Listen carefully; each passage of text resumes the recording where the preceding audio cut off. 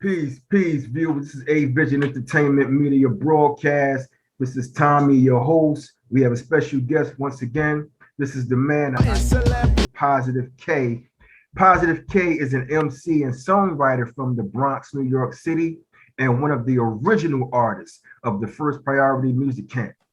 He is best known for his hit, I'm Not Havin It, a duet with MC Lyte, and his 1992 hit, I Got a Man. I got a man. What your man got to do with me? Peace, viewers. This is Positive K. How you doing, man? I'm maintaining, man. No complaints on my end. You know, I feel good. You've been ducking and dodging me, man. I've been having a little technical difficulties over here. I'm like, what's going on, man? No, this thing here, I couldn't get it together, man. But you're here now, and thank you for that too, man.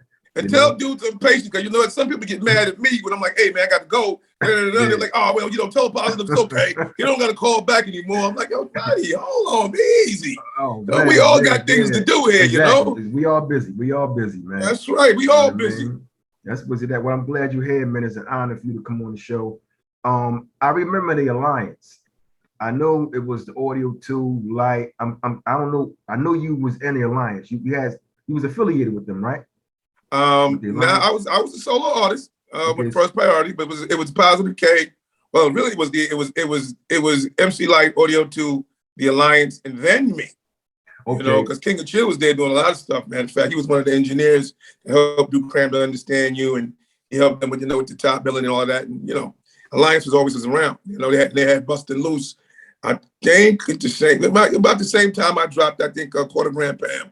They had this something out, but Bustin' Loose was hard. That was a hard record.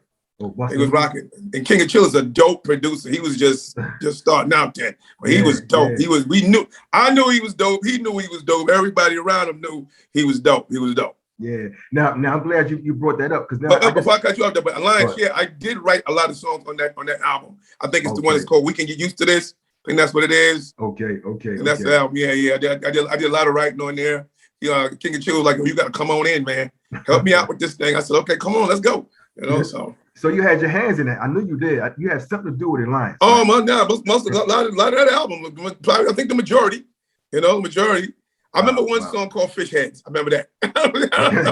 Fish Heads. I know he had a song called Fish Heads. I know I wrote something. I know I wrote a lot of songs on the Alliance album, but you know, it was in conjunction with KC and all the guys and whatnot. But yeah. They wanted me to be down. I was like the fifth Beatle. You know what I'm saying? Okay. But you did your thing though. That's what's important. Oh, most definitely. Now I just want you to take me just back a little bit of how your introduction into hip hop. I tell everybody on every interview, man, I was born in the Bronx, baby. And you're born in the Bronx, it's just in your DNA code. Yeah, that's right. I don't think, I was on Valentine. I was born on Bathgate between Tremont and the Cross Bronx and Expressway. And my grandmother lived on Valentine. So my mom's and pops went to work. They would drop me off with my grandma. Mm-hmm. Me and my cousins would go over there. So she would watch us in the daytime. And that's where it was, right across from Echo Park, man. I used to climb them rocks and run through that whole park in the daytime and just, play, and I would watch everybody set the equipment up, around 5 o'clock, whatever, before moms and pops got off. Mm-hmm. On the weekends, we stayed the weekends because they was going out doing their little thing, partying, whatever, their little get together they had to do. Yeah. And we would watch them, we'd be out there, me and my grandmas, my cousins, and these guys be setting up equipment, man, big speakers and whatnot. And you be seeing dudes coming up wearing the Lees and the Kangos and whatnot, man, I mean, this is way before LL. You know what I'm saying? When Kangos was Kangos. Yeah. You've seen dudes wearing mock necks and Playboys and, British Walkers. You know what I'm saying? It was a fashion. It was a whole time, I remember smelling the weed and seeing the vanilla envelopes, little tray bags. And the brown bag. Yeah. The brown bag. I remember that. I'm like, yo, what's that, man? Man, get out of here, man. Get out of here. Uh-huh. They smoking their little weed and whatnot, and everybody fresh and whatnot. You smell the champagne cologne everybody got on, That's right. That was, I'm just trying to get you to feel me. If you know. I'm just trying to everybody get the texture of what it was, And then, next you hear that DJ turn it on and you hear the speakers popping and you hear the 1 2 1 2 1 2. Wow. The DJ scratch, you trying to get the sound up, get everything right. And next thing you hear, Last night changed it all. Then it's When on. you hear, boom, boom, down, down, down, down, down. Probably jump on it. You start hearing, let's go, y'all. And they on the microphone, and you see guys, Young Melly Bell and Young Busy B, and Cold Crush get ready to come on through like Jackson 5. They stars, and I'm looking at all like, man, this is crazy. Everybody got their name on their shirts, KK Rockwell, and what I'm saying, something ski, this, that, it was hip hop, baby. That's what it was. And everybody have the same story. Did you ever DJ coming up? I never, what else? We couldn't afford equipment, so what we used to do, we all did it. You know what I'm saying? Okay. We all did it. I remember my favorite joint was hey yo, bro, what's happening, bro? You got that good cheaper. You know what I'm saying? What we did was we would get a stereo set, from one house, and we get the stereo set from the other house. Other crib. You know what I'm saying? Yeah. Now we got the same records with the same volume. What we did was we would play the headphone and pull it out and go to the next one, you know what I'm saying? And pull it out and go to the That's creative. That's creative, man. Yeah, that's how you had two turntables, different sets. So it was. Wow. Now the Fearless Four invited you to rhyme on stage. They brought you up on stage. It was the fantastic. It was fantastic, man. Fantastic romantic. They had me up there, man. Dr. Rock and all of that, man. That's what it was. Okay.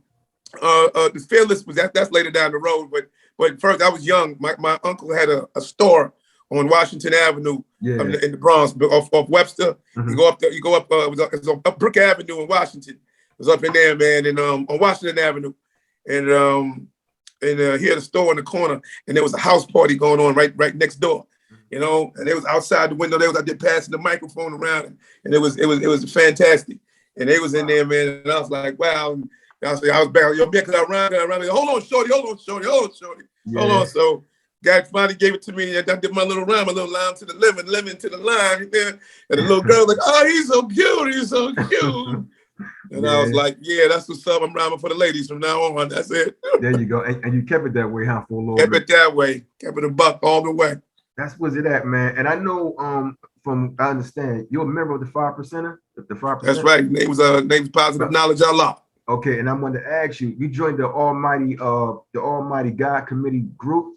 Well, we started the group. It was a bunch of the gods, and we said, what's the name of our group we're gonna have? And he was like, yo, man, Almighty God Committee. I was like, oh, that's dope. That's dope. Almighty God Committee. It was like 5 of us. We was dope though, man. We rehearsed hard, man. We had dance steps and everything. Wow. One of the brothers was a member of the IOU dancers. So he was coming with the little dance steps and whatnot. And, I made sure our rhymes was tight. And, we had the DJ dude, I think his name was Kelly, looked up in Palmer, and Flushing. And we was just all together, man. We was just doing it, man. My brother True, my brother Jamel, we was just, man, we was doing it, and we went to do the show, man.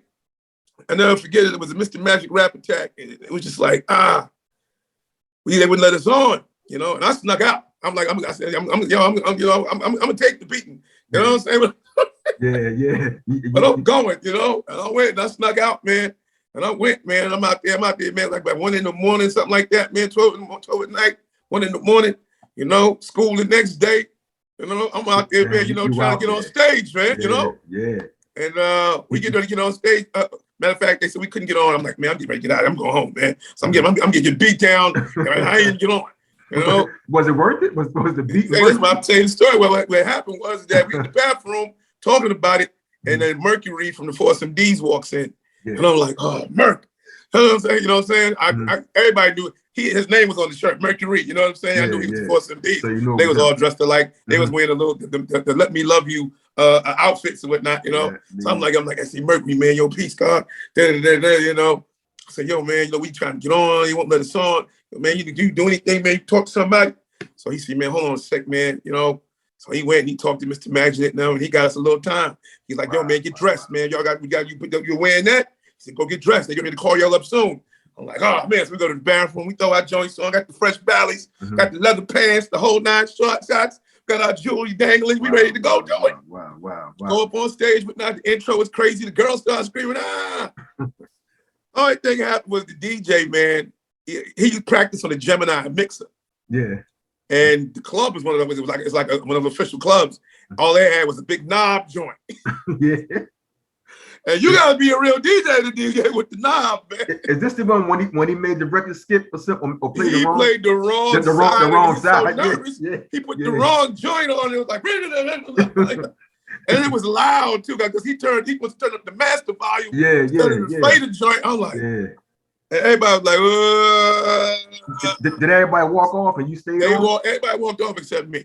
Okay. I kept on rocking. Okay. I kept on rocking. Everybody was like, I got a little Then I got up out of there too. I'm like, man.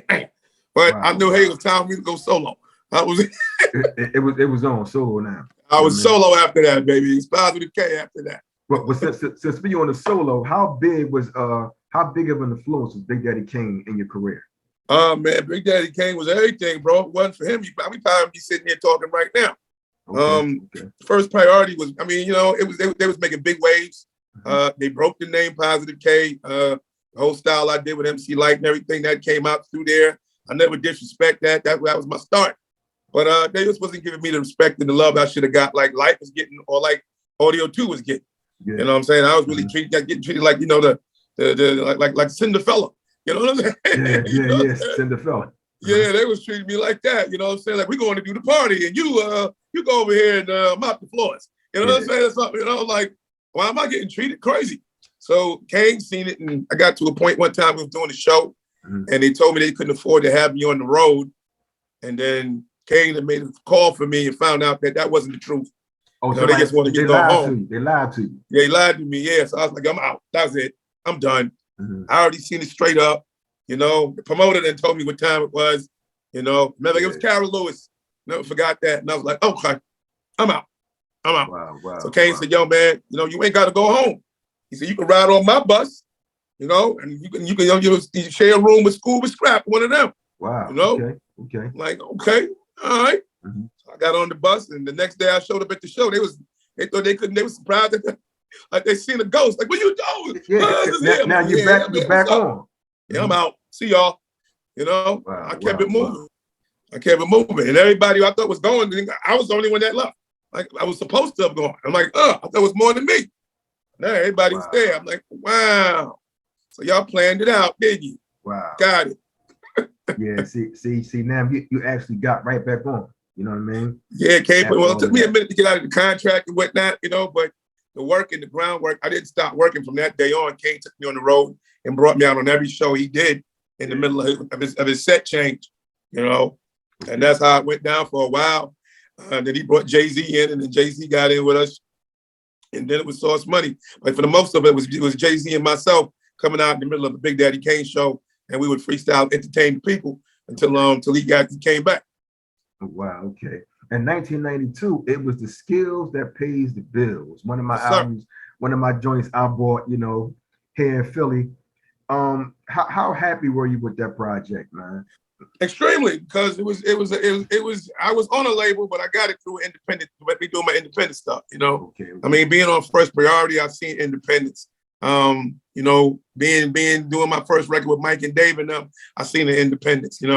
Everybody I worked with was independence. So I was like, man, I'm gonna do it myself. And people laughed at me. They were like, man, how you gonna start a record company? What are you doing? You know what I'm saying? But I worked hard, man. I made good relationships, made a lot of phone calls. I worked extremely hard and wound up selling 80,000 copies of Night Shift. And probably was the first artist doing that on the East Coast since Russell Simmons. But as far as an independent artist doing it, I was one of the first doing that. Wow. Now I was gonna ask you, how did that happen between you and Kane with Night Shift? Because that was my favorite banger too. Like it was a song Kane was gonna do. He was like, I want this beat. I don't want this. I don't want. I said, what? The next day, I got you working on the night shift. that beat was banging. I said, what? It was a little different. He had these different tones going to it, but that's dope too. That was dope too. Yeah. And he was like, man, he's like, you want it? I said, yeah, I want it. Yes. That's banging. Yeah, and Night Shift was born. That was it. Wow. That's good to that. And Beavis and Buttheads. You had a song on that soundtrack? Yeah, it was called Come to Buddy.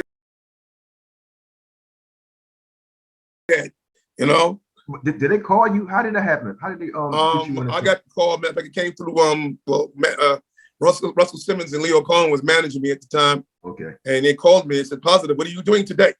Leo told me, what are you doing today? I said, man, I'm doing that. He said, hey, listen, I need you to come to the office. So I go down to the office and I get on the conference call with him at the time. And he's like, yo, they want me to come do the joint. So I got on the phone with Mike Judd. And Mike just said, well, call now. So, and that was the producer, the guy I'm supposed to be working with. And I come to find out it's Nile Rodgers. You know what I'm saying? Wow. I'm talking the Nile Rodgers, you know? Man who made Freak Out. You know, say, I'm coming out. You know, Sheep Love Freak, you know? Freak Out. I mean, the man who made some of the biggest records in music. Yeah. You know, and I'm like, okay, Nile Rodgers. I'm like, okay, now I'm a little nervous, you know? So they made an appointment for me to go down and meet him. I went down to meet him. And when you started working, we went over some music ideas and whatnot. Yeah. You know, took my cousin LG down there with me, and we started playing some beats. And I told him what I liked, what he wanted to do, and he came to the little common ground, and that was it. And now I was put it together, and we was done after that. Wow. You know? Wow. We was done, and then Mike Judd came in and started doing some of the voices, and I laid my parts down and whatnot, and it was there. But the big thing about it was that I was excited about they were gonna do animation to it, and they did like an animation video to the joint. But the big part about it was that when the song came out, I thought I was the last recording, but I wasn't. It was Cher. So they put my song on the flip side of Cher record. So you listen to me. So yeah, it was like, wow. It's like, yeah, I said, man, I don't care about my video. You know what I'm saying? Yeah, you're gonna do Cher. I said, do Cher. But I'm on the flip side of a Cher record. Come on, that's bad, big. You know? That's major. You know, that's past major. Yeah. Yo, and you also, now I didn't know you was an actor, man. You was in Robert De Niro movie too, a Bronx Tale, right? Yeah, Bronx Tale. Yeah. But now I was trying to check it out. What part? I'm the angry protester, man. You know, when they had the big riot going on. Oh, okay. Yeah, I'm right to do it in front. It wasn't nothing big, but I was like, yeah, you know, hey, get out of here. Okay. Yeah. All right, well, cool, man. You did a lot of things, man. Also, you featured on WYBE's Old School Show, right? Most definitely. Okay, and how was that, man? How did that phone call go about? Man, you know, look, I mean, outside of Kane at that point in time, I think I was the hottest person on the planet. Oh, you know what I'm saying? Everybody was calling, man. Everybody was calling everything. I was doing Ghostwriter, another show called Ghostwriter on PBS, which was like almost like a Sesame Street thing. They had me come back a lot. MTV Jams wanted to hire me to replace Bill Bellamy.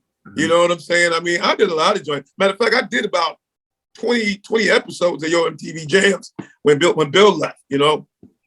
So until Leo Cohen told me not to do it. So I turned it down. You know, don't know why to this day. But turned it down. Wow. And what I'm surprised about, man, the song I Got a Man, right? I didn't know you pitched your shift. Like you was both. You was doing vocals. You was doing the woman part and your part, right? I'll admit, I like how you kick it. Now you're talking, baby. That's the ticket. What you doing? That's left for my book. I'll reveal that in the book, but let's just say it was kind of genius what happened with it. You know? Exactly. It was genius. You know what I mean? Wow. So, but I tell you why I made the song because I was doing the follow-up to I Got a Man. I'm Not Having It. And the reason I did I'm Not Having It was because I'm a big fan of Marvin Gaye. And, you know, I just love Marvin Gaye, man. All his music, everything. To this day, I just listen to him. I zone out, listen to Marvin Gaye. I get stuck doing something. I get stressed out, pop on some Marvin. You know what I'm saying? I'm with a young lady, pop on some Marvin. You know what I'm saying? That's Marvin is the cure-all for it all for me. I just realized, I said, what would I do to make a big hit record if I was Marvin? And then I realized that everything he did was like with females. You know, he did songs with Tammy Terrell, a lot of his major stuff. A lot of Diana Ross, you know, then he did the album with her, he did the album with Dionne Warwick. You know what I'm saying? So I'm like, man, you know, I need to do a duet. And that's how the whole thing started. And really, nobody really got my formula down since then. I'm the guy that still got that. You know what I'm saying? So I think only person that came close might have been LL doing it well, you know what I'm saying? But, you know, everybody know who the number one is, you know?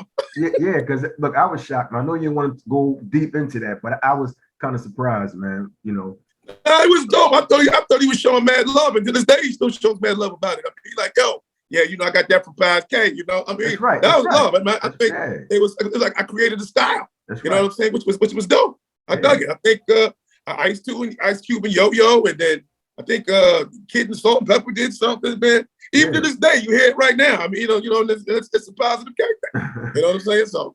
Was it that? So when can we get the book, man? You got a book you said coming out, or it's already out? Yeah. It's called Step Up Front. It's gonna be coming out soon. Working on it That's now. my favorite song. That's Yeah, my favorite song mine right too. there, man. Mine too. Step Up Yeah, Front. book's called Step Up Front, man. Yeah, And that's what we'll be doing with it, man. It's gonna be dope. It's gonna be all right.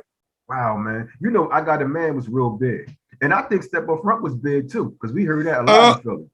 But Step Up Front was big as a street record, as a turntable record. But I Got a Man was big as a monetary record, and I Got a Man crossed genres, man, and age different. It hit everybody, black, white, that's right, different countries, different ages, that's and and then it stood the test of time also. So I'm blessed to have a song under my belt like that. That's right, and I know that song is big. How do you feel about when people may call you a one-hit wonder because of that one song? Does it bother you, or it don't even matter? I mean, to me, like this, like you talk about Step Up Front.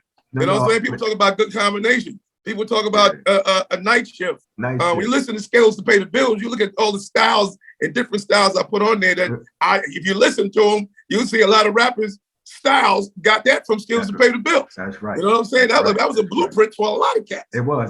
They can say what they want to say. I mean, I'm gonna be actual. In all reality, yeah. I haven't had a big song bigger than I Got a Man.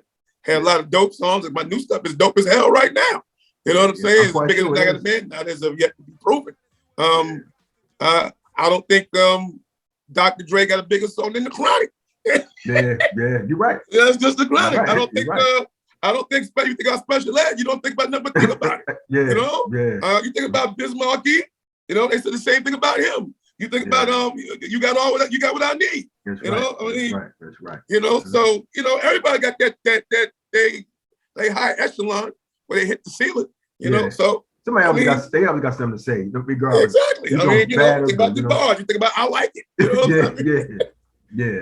So I mean, what I'm saying? People talk about good combination. People talk about a night shift. When you listen to Scales to Pay the Bills, you look at all the styles and different styles I put on there that if you listen to them, you'll see a lot of rappers' styles got that from Skills to Pay the Bills. That's right. You know what I'm saying? That was a blueprint for a lot of cats. It was.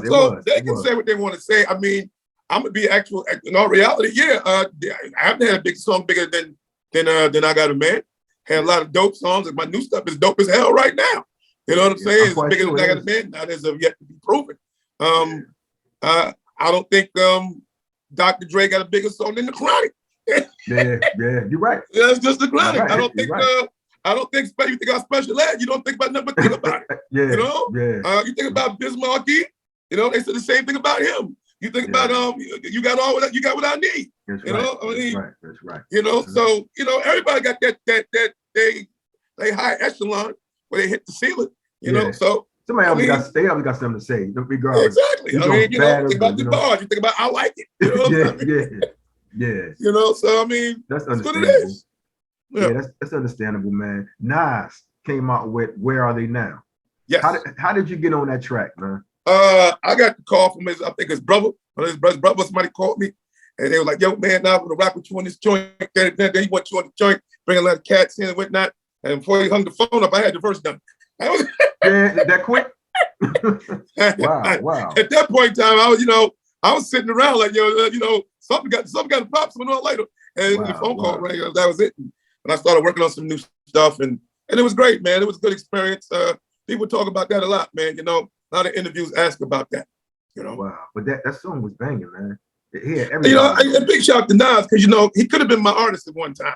He came to me to represent him when he was with Search, and I didn't want to cross that line. So and me and Jay-Z had a deal too. But just think about it. I had Jay and Nas. You know what I'm saying? Imagine what that could have happened. It would have been crazy. You know what I'm saying? It would have been crazy. But it's dope. It all materialized what it is. I'm here right now with you talking, and everybody's doing what they're doing. I look at it like this: they was under you for a minute.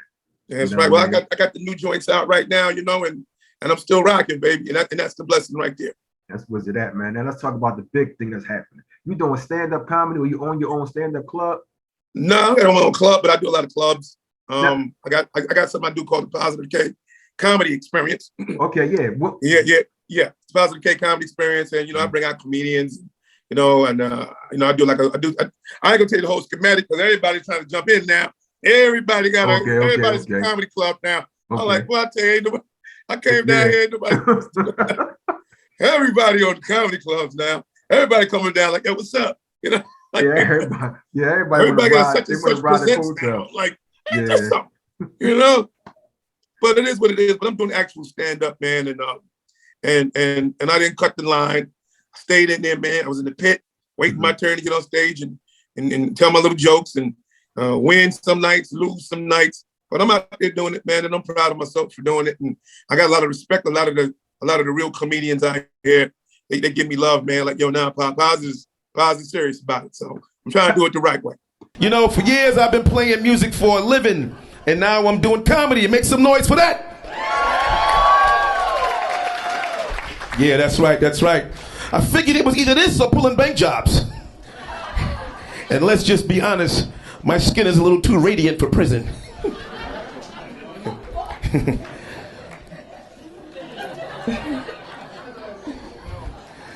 Plus, I don't think an 8x12 is enough space for me to properly defend myself. You know, I don't like fighting, especially in my underwear. I'm not homophobic, but I'm just saying this. If you're in an 8x12 with an erection, and it's not yours, that's good grounds for homophobia.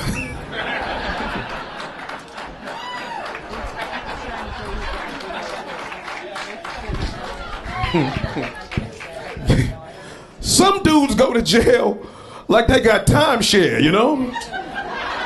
How did that happen for you? Like, did you just say, I'm gonna go get into the comedy thing? Like, were you doing that years ago, or it just happened? Well, like, in school and scrap in half of Brooklyn, you gotta have a thick skin, man, you know? Okay. And you can say I was the snap dude. I was the dude like, yo, man, stop the bus. Me and Paz got to fight, you know? Wow. Yeah, I was that cat. And, but definitely, man, you know, you got thick skin from the tour bus. I mean, started out with snapping a lot. And then Lyte was the one who came to me and told me, she said, you know, it'd be a tragedy if you didn't do some comedy before you left this planet. And I was like, what? She's like, yeah, I dare you to write 2 minutes worth of jokes. I did. I played around one day and did it. I did about 5 or 10. And she was like, I dare you to go do it now. Go do it. You know, I said, man, you bugging. I'm not kidding. He was like, I ain't doing that. You crazy. You know? But yeah, I wound up, eventually I went ahead and I did it. And I'm like, okay, all right, you know? You start liking it, right? I started liking it. It's a dope energy. Making somebody laugh is like ripping the Madison Square Garden. I don't care if it's 12 people or 13 people. It's a great feeling. Wow. To give somebody some laughter. Yeah, it is. Laughter is wonderful, man. Do you have any shows coming up now? Any new shows? Man, I took off for the month of September. Man, I've been working through the whole pandemic. I was working till like last week, man. I just need a couple of weeks off, man. I'm on vacation. But you'll be able to catch me at the Uptown Comedy Corner in Atlanta and various places around the country. I've been shutting everything down until I get back. But trust me, I'll be loaded before next week. Quite sure, man. Before we close, man, I got a couple more for you. You was going to record an album with Grand Puba, a whole album. What happened? Oh, most definitely. What happened with that? Yeah, man. I'm still mad at Puba for that. You know what I'm saying? Because after the success of the Brand Nubians album, and you know, and the Nobody Could Be You joint we did, my label when I signed over to Polygram, they wanted me to go do an album with Puba too on top of my album. Wow. It was like, we think that'd be wonderful. And they offered $150,000, I think it was, and they offered to send us to Jamaica and record in their own studio, no recoupable money or nothing, and they was gonna put us up. And Pooh was like, nah, God, nah. We need $250 a piece. he wanted more. I said, look at it, man. I said, that sounds good. But I said, look, man, you know, let's go take this right now. That's right. And it didn't materialize. But I mean, I think for the record, I think we were the first Meth and Red, you know? Okay. Yeah. I think it would have been dope. That most definitely. Wow. And last but not least, man, how do you manage your emotions when there are untrue stories about you online or in the media? Oh man, it's you know, you never really had to deal with that before because, you know, it was just word of a mouth on the street. You know what I'm saying? Hey, man, yo, Paz, I heard. Yeah. You know, it's like to the point right now, it's in the beginning, it really made you feel messed up. Yeah. You had mixed emotions, bad feelings. Like, you know what? You want to go hurt somebody. You want to do something. Like, man, you know what? But now as you look at it now, it's comical. It's like that's what people do these days. You know what I'm saying? Yeah. I look at all these guys right now on these so-called platforms talking about things that happen here, things they never were a part of. Yeah. Places that they never did anything with. And then these people who never did anything. I mean, how could you talk about somebody? That's right. Talk about a billionaire if you didn't make a million? I mean, what gives you the right to do that? But this social media platforms, man, give people a voice to speak. And I guess that's the con to it. But the pros is it makes things easier to promote and work stuff and reach out to people like I can talk to you right now. But yeah, it's a messed up thing, man. I try to stay clear of it. But it's comical, it's laughable. You hear somebody's a homosexual, you hear somebody does drugs and they're on this hard narcotic. You hear somebody rape somebody. You know what I'm saying? Yeah. They talk about it for 2 days. The next thing you know, they're on to the next. On to the next one. It's laughable. Yeah, it's laughable. Wow. Paz K, man, I know you're a busy man. I thank you for coming on the show, A Vision Media Broadcast. I thank you for that, man. Viewers, y'all know who he is. I thank you, man. Anything you want to share with your social medias to the viewers? Hey, follow me at +_K_. That's on Instagram and Twitter. +_K_. Official Positive K on Facebook and Positive K Brandon. It's my personal joints. But follow me. I'm with you. I'll follow you back. Tell everybody, fellas, keep your shirt on. Don't send me no profile pictures with your shirt off. Because I ain't gonna follow you, man. I'm not gonna follow you. Matter of fact, I'm gonna block you forever. Because you should have known better. You better not do no nonsense like that, man. That's crazy, man. Come on with that, y'all. Don't do that with you. Now, lady want to do that, you can do that, lady. But fellas, that's keep your shirt on. Yeah. Keep your shirt on. Wow, but yeah, man, that's it, man. And the new songs is out right now. You'll start feeling it in a couple of weeks. Nobody and Get It Done is out. So just check it out. But everybody knows what's happening in a minute. Oh man, I thank y'all. Thank you, viewers. When I say peace to y'all. Peace out.